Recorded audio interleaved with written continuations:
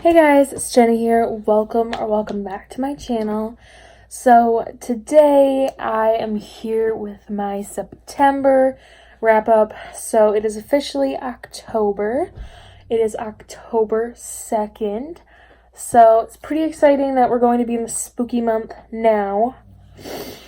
But I'm a little bit blown away by how fast the year is just flying by. So yeah, you're gonna have to excuse my hair. I worked 6 hours in grocery today and I can't be bothered to do anything else with it. And I look like a grandmother in this sweater, but it was the only one that I had. The other ones were too itchy, so here we are.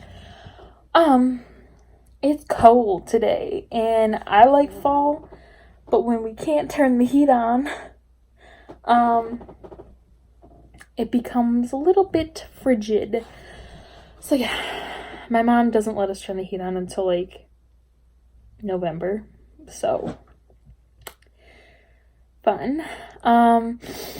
So yeah, I didn't really do anything special to get ready for this video today. I was just like, oh shoot, I should probably film that, and here I am.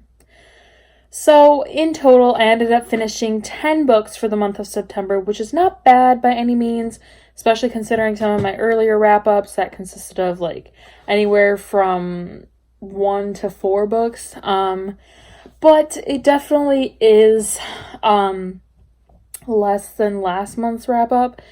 And that is because I am now employed, and I work a full-time job, so that is definitely like one reasoning behind why I'm reading much less. I'm always very tired when I get home, so I never really have time to read.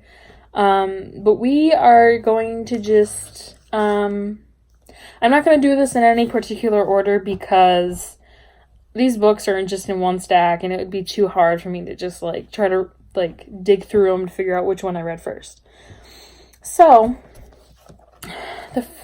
this is actually the last book I read in September, and it is Whiskey, Words, and a Shovel, Volume 2 by R.H. Sin.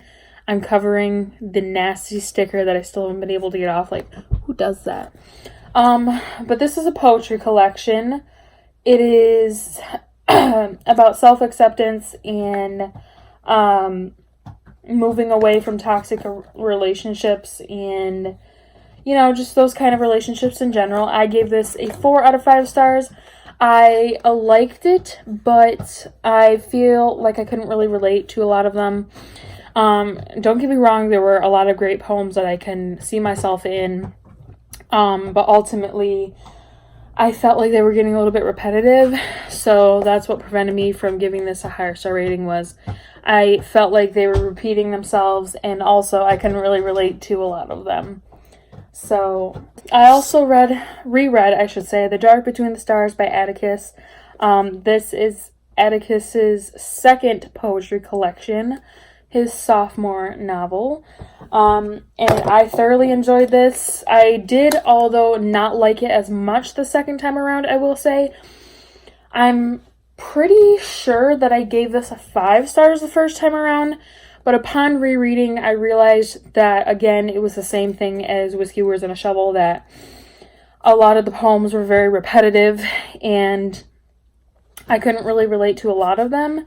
There were some good ones, but yeah, it was just a little bit less relatable than the first collection. So I gave this a 4 out of 5 stars my second time around. Next, I reread Love Her Wild by Atticus. This is his first collection and I absolutely adored it. I found a lot of the poems relatable. I found them all beautiful. And I thought that there was a great mix of things that he was writing about. Granted, there was some repetition, but ultimately I feel like he did a better job in expressing himself in this one. And yeah, I gave that a 5 out of 5 stars. Okay, then I read How to Make Friends with the Dark by Kathleen Glasgow. This is about a girl named Tiger whose mother dies unexpectedly after she had just gotten done fighting with her mother. So she carries around this guilt that she left things off with her mother so negatively, and while she was out with the boy past her curfew, her mother was dying and there was nothing she could do about it. And it goes on her journey about how she doesn't really have any family, so she gets passed through the foster system. And then let me see. So yeah, I almost gave you guys a spoiler, but this is her tale about how she learns to make friends with the darkness that is inside her during this time, and the choices that come with it and how it changes a person. And I loved this. I gave this a 5 out of 5 stars. I would highly recommend it, especially for people who are fans of The Astonishing Color of After by Emily X.R. Pan. These follow very similar characters, very similar things, except for The Astonishing Color of After obviously has a magical realism approach, while this is just sheer reality. Yes, so this is actually the first book I read in September, and that was Stalking Jack the Ripper by Carrie Maniscalco, which is a reread for me, as you know. I felt like this was the perfect introduction into fall. Once it hit September, it's fall for me. And anyways, I wanted to reread this anyways because of Capturing the Devil coming out this month. Or last month, I should say now. I say this month because I'm still expecting my fake rate. Anyways, this is about a girl named Audrey Rose who in the Victorian era, I'm pretty sure it's in like the 1800s. Let's see. Yeah, 1880. She is apprenticing with her uncle to be a forensic scientist, which in the Victorian era was very frowned upon for women to be taking up a man's profession, especially something as gory as forensic science. So she's obviously under a lot of backlash in society for that, but as well as her father, who has a thing with germs. But she is studying to be a forensic scientist under her uncle, and she ends up being involved with the Jack the Ripper murder case. So this is about her story and how she grows in her field and ends up solving the Jack the Ripper murders. And I definitely loved this. 5 out of 5 stars. This is either the second time reading this or third. I can't quite recall, but definitely reread. Next on my pile is No Exit by Taylor Adams. This is an adult thriller focusing on a girl named Darby who is on her way to Utah to see her dying mother when she gets caught in this huge snowstorm, and she is forced to kind of stay the night at this roadside park because they get snowed in. The roads are unpassable. So at this rest stop, there are 4 other people. There's an elderly couple, and then there is 2 other younger men. So one is kind of a loner, the other one is very bright, he's an accountant, and all that. And at this rest stop, when she is out trying to get phone service, she looks in the back of the van, one of the vans, and sees a child locked in a crate. Yes. So they are trapped in this rest stop for the total of 13 hours. They are all strangers, and there's a missing child in the back of the van. She has no idea who the van belongs to, and it's all about her journey on how she's going to rescue this child when she truly has no idea the odds she is against. This book was phenomenal. I loved this. I first saw this on Kayla's channel over at...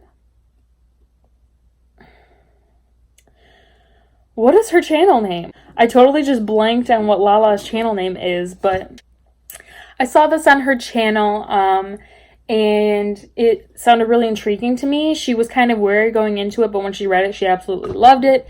And I'm the same way. I adored it. I wouldn't say adored it, but it kept me on the edge of my seat. It was so good.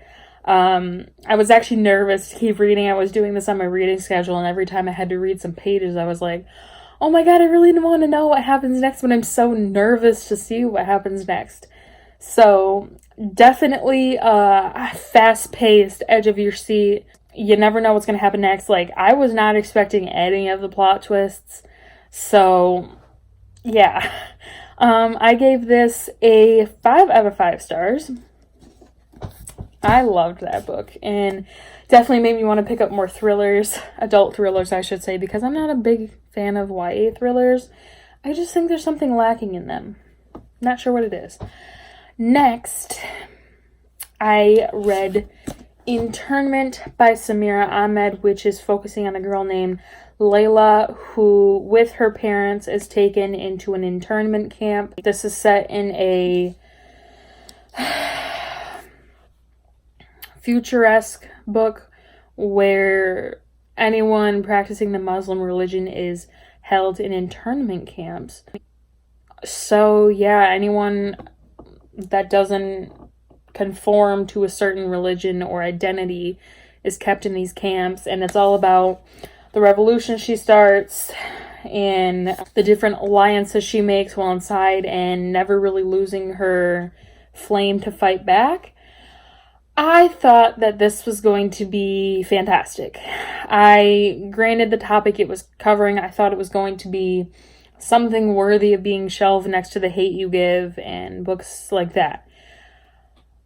I'm pretty sure the biggest thing that knocked this book down for me was the fact that I held my expectations so high for it.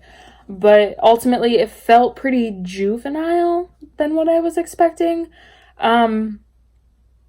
Because at the beginning of the book, Layla's motivation to get out of her situation isn't because she's like, this isn't right. It's because she misses her boyfriend.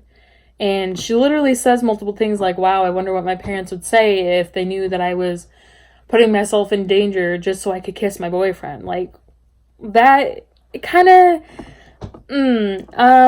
yeah. I mean, granted, the situation in this book, there are obviously more pressing matters at hand. However, I will say that throughout the book, she definitely did grow as a character, and it redeemed itself. I still only did give it a 4 stars, just because my expectations were so high, and I felt like there were things a little bit lacking. But yeah, I enjoyed it. It's not something I would reread, but I definitely think it was good. And it is a big eye-opener on what could happen if racism and xenophobia and Islamophobia still continues to be a thing that is holding us by the seat of our pants in today's society. So, 4 stars for this one. Next, I read Sadie by Courtney Summers. This is all about a girl named Sadie whose little sister is murdered. And it's kind of set in terms of like a podcast. That's what it's called. So it basically follows a guy named Wes McCrae who goes into the disappearance of Sadie, who is on the hunt to find her sister's killer and enact revenge. I had very high expectations for this book as well. Everyone hyped this book up for me so much that I thought that it was going to be absolutely, like, phenomenal. And it was good, but Sadie was a very unlikable character, which I'm pretty sure she is meant to be an unlikable character, but I personally thrive on character-based novels, and I thrive on being able to connect with the character I'm reading about. I want to be able to feel bad for them. I want to be able to care about them and care about what happens to them. And for this, it kind of fell flat for me in that department. I cared more about the mystery than Sadie or her little sister or anybody involved. I didn't care about the characters. And the way that it was told, I didn't really like the podcast kind of thing. And the ending, I hated the ending. I think that there was much to be desired. And I don't think it's right to leave a book that is a standalone not knowing what happened. But maybe that's just me being dramatic. Who knows? So, I originally had given this a 4 out of 5 stars, or 4.5 out of 5 stars, but I think I'm going to give this a 4 out of 5 stars, just because it's, like, again, not something I would reread, and I couldn't really connect with any of the characters. I mean, I did, yes, enjoy the story, but I have to be able to connect with at least one character. So I did enjoy it. I liked the mystery. I just wish I had gotten more bang for my buck, I guess. And I definitely think this could have been longer. Next is another reread, and that is Miss Peregrine's Home for Peculiar Children by Ransom Riggs. So this is the first book in the Miss Peregrine's series. I decided to reread this because I have not read this since freshman year of high school, and since Map of Days came out unexpectedly, I wanted to reread the original trilogy before I dive back into the extension of the series. I just needed a little bit of a refresher. I thought it would be good. Plus, it's kind of a creepy book, you know, to read for fall. So this is about a boy named Jacob who grows up on his grandpa's fantasies and stories of these peculiar children off the coast of Wales. So as he gets older, he starts to realize that he thinks his grandpa's just messing with him, until one day he gets a frantic call from his grandfather, and upon investigating, he finds his grandfather dead. After months of therapy, Jacob finally decides to travel to this island to see if there was any truth to what his grandfather was talking about. So through this, he finds that there was truth to it, and there is such thing as a Miss Peregrine's Home for Peculiar Children, which is featuring a headmistress who is an imbrin, which means she can turn into a bird. She's the caretaker of all these children with different supernatural and peculiar abilities. Only they are under attack constantly, and he decides to create some friendships with some of them and go on many adventures.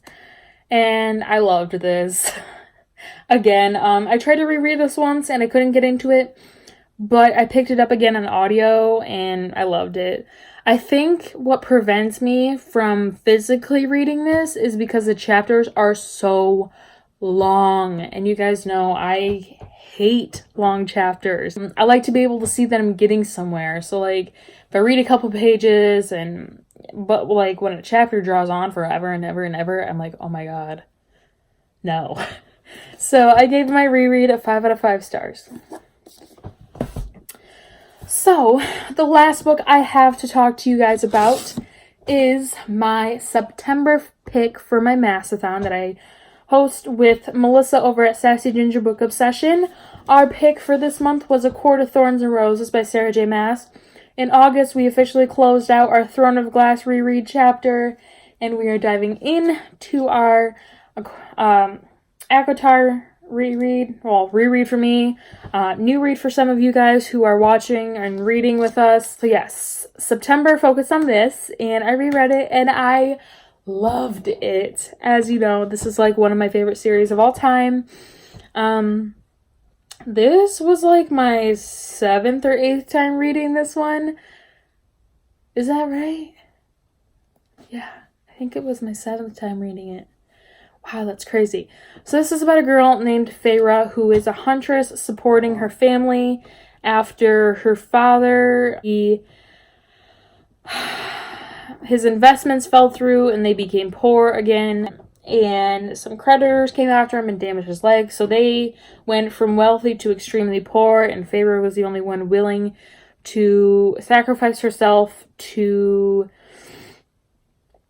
provide for the family. So while she's in the woods on a harsh winter evening, she encounters a wolf, and she brings down this wolf only to later realize it was a fae.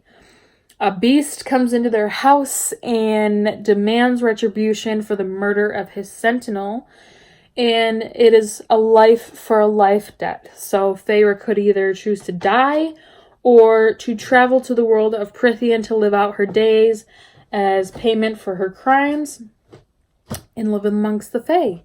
So obviously she decides to go live amongst the fae, and upon arriving she discovers that she is not just kept by a beast, she is kept by a High Lord, and she then discovers that the Fae realm is being plagued by a disease that is also a threat to the human world. So throughout her stay, she discovers that maybe Fae aren't as bad as she originally believed, and she becomes determined to stop the disease plaguing their worlds to save not only the Fae that she has grown to love, but also the family that she has back home. And I loved this. This reread was so good. I feel like every time I read this series, it just gets better and better.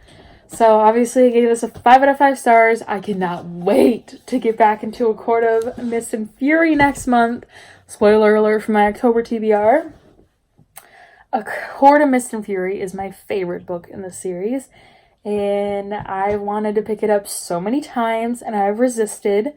So this is my month, guys, and I'm so excited. And then after this Massathon is over, I can read it whenever the hell I want.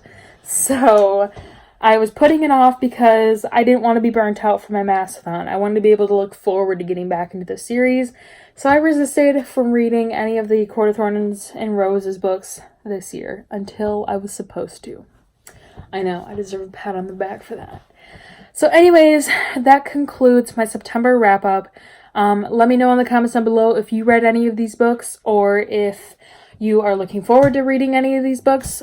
Thank you again for watching. I will see you next time for a new video.